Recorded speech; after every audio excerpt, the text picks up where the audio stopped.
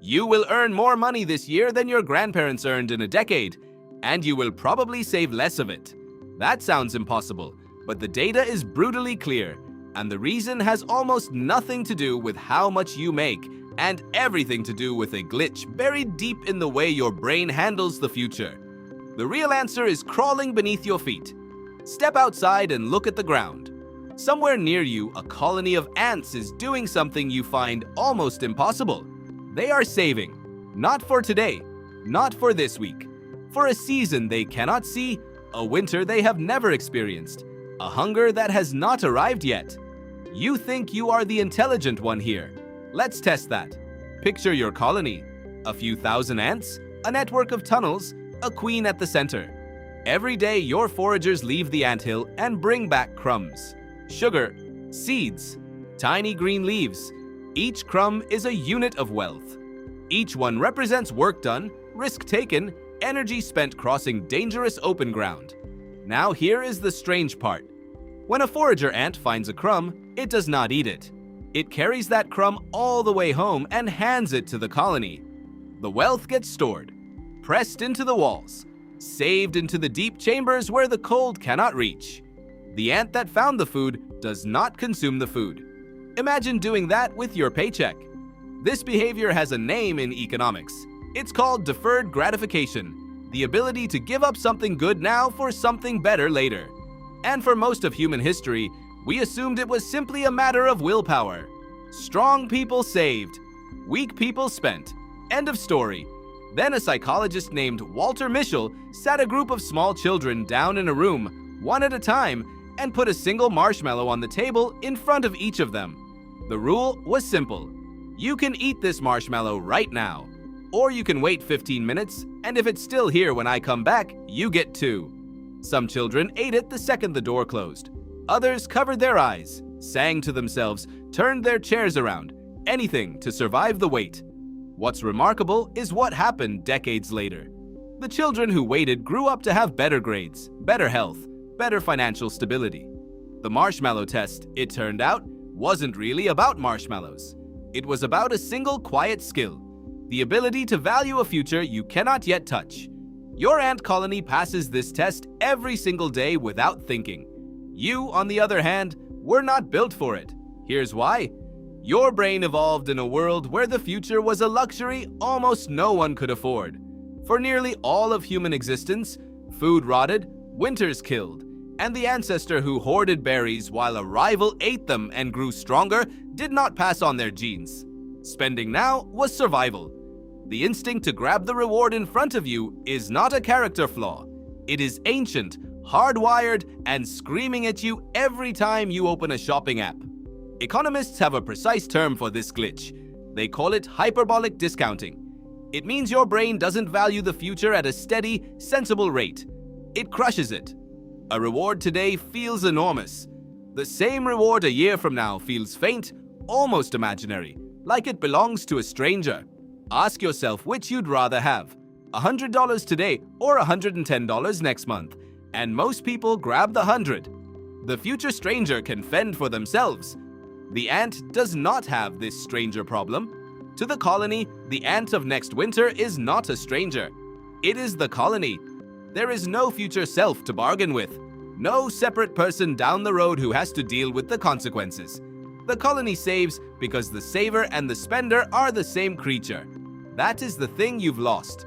When you skip saving, you are quietly betting that the future you doesn't really count, that they'll figure it out, that there's someone else's problem.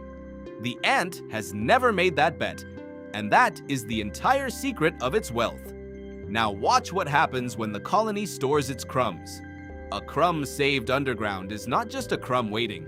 It is doing something. The colony's stash lets it survive a bad week of foraging without a single ant starving. It lets the queen keep laying eggs even when the rain traps everyone inside. The saved wealth becomes a buffer, a shield against the shocks the world will inevitably throw at it. Economists call this a precautionary balance. The boring, unglamorous money that exists for no reason except to absorb disaster. And here is what almost no one tells you. The colonies that survive are almost never the ones that gather the most food. They are the ones that gather enough and keep enough in reserve. A colony that forages aggressively but stores nothing is one rainy season away from collapse. A colony that stores steadily, even modestly, can endure droughts that wipe out its greedier neighbors. Adam Smith, writing more than 200 years ago, noticed the same thing in human beings. He observed that the steady accumulation of small savings, what he called parsimony, was the true engine of growing wealth. Not the dramatic windfall, but the quiet, repeated act of keeping a little back. Capital, he argued, is simply the part of your wealth you chose not to consume. Your colony is a capitalist in the oldest, purest sense. Every crumb it declines to eat becomes capital. But let's make this uncomfortable, because the colony has one more lesson, and it cuts deep. The ant does not save by trying harder. It saves by design. There is no ant standing at the tunnel entrance each evening, agonizing over whether to indulge today. The saving is automatic. It is built into the root, the instinct, the structure of the colony itself. The crumb goes to the chamber because that is simply where crumbs go. This is the part you keep getting wrong. You have been told that saving money is about discipline, about resisting temptation in the moment, again and again, with sheer mental strength. But here is the cruel math. Willpower is a finite resource. It drains across the day. Every decision wears it down. And a strategy that depends on you winning a willpower battle every single time you get paid is a strategy designed to fail.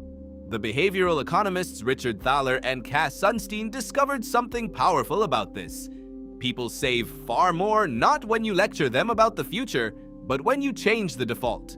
When saving happens automatically, before they ever see the money, before the spending instinct can wake up.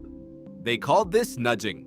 Quietly arranging the world so the wise choice is the easy choice, the one that happens on its own. The ant colony is the most successful nudge in the history of life on Earth. So stop trying to be more disciplined than an ant. You will lose. Instead, do what the ant does. Build the saving into the structure so your weaker, present-focused self never gets a vote. This is why automatic transfers work, and budgets often don't. A budget asks you to make the right choice every day. An automatic transfer makes the choice once, then removes you from the equation entirely. The crumb goes to the chamber because that is simply where crumbs go. Now lift your eyes from the anthill and look at your own life. The marshmallow is in front of you constantly. It's the upgrade you don't need, the subscription you forgot, the small, frictionless purchase that feels like nothing in the moment and like everything across a year. Every one of them is the present you eating the future you's marshmallow. And the future you is not a stranger. That is the lie your ancient brain keeps telling. The future you is you, the same creature, walking forward into a winter you cannot yet see, but that is absolutely coming. A medical bill, a lost job, a roof that fails, a season when the foraging goes bad through no fault of your own. The ant prepares for that winter, not because it knows the future, but because it respects it. You are richer than any ant could comprehend. You command resources, leverage, and time horizons that no colony could dream of. And yet, the smallest creature in your garden has solved the one problem you struggle with most. It has learned to feed the version of itself that does not exist yet. So here is the question the colony leaves you with.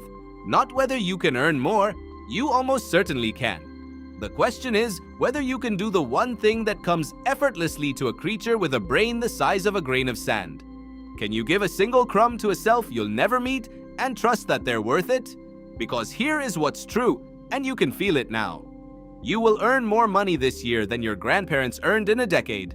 The only thing that matters is how much of it makes it underground.